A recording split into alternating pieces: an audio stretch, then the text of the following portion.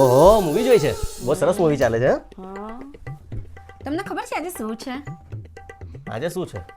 વિચારો વિચારો. આજે શુક્રવાર છે. બીજું શું છે? યાર તું આજે સસ્પેન્સ નહીં રાખ. તું છે ને સસ્પેન્સ રાખે ને તો યાર પ્રેશર વધી જાય. હા તો વધે તો વધવા દો, પણ વિચારો શું છે?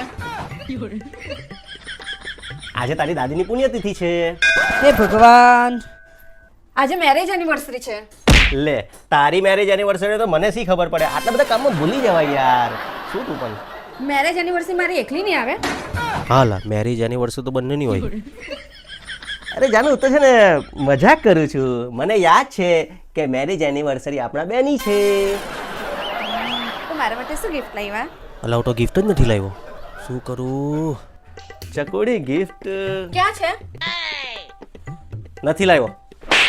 તમે મારા માટે ગિફ્ટ નથી લાવ્યા એટલે તમે મને પ્રેમ જ નથી કરતા. યાર ગિફ્ટ નથી લાવ્યો એની સાથે પ્રેમને શું લેવા દેવા?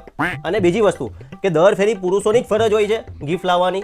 સ્ત્રીની ફરજ નથી હોતી કે પુરુષોને પ્રેમ કરતી હોય તો પુરુષો માટે ગિફ્ટ લાવે. એટલે તું મને પ્રેમ જ નથી કરતી એમ ને?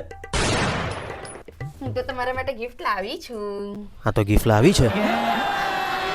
જો ખોલો.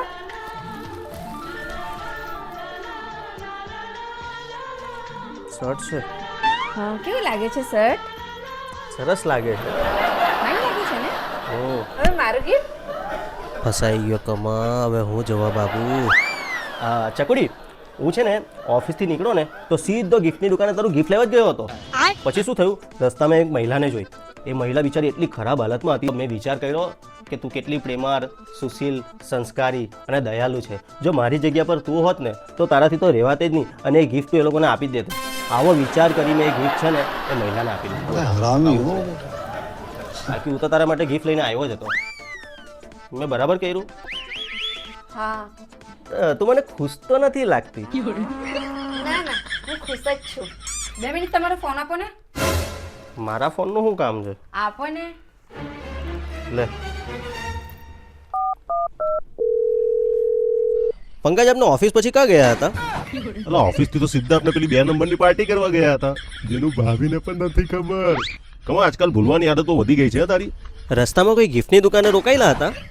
અલા કઈ દુકાન, કયું ગિફ્ટ?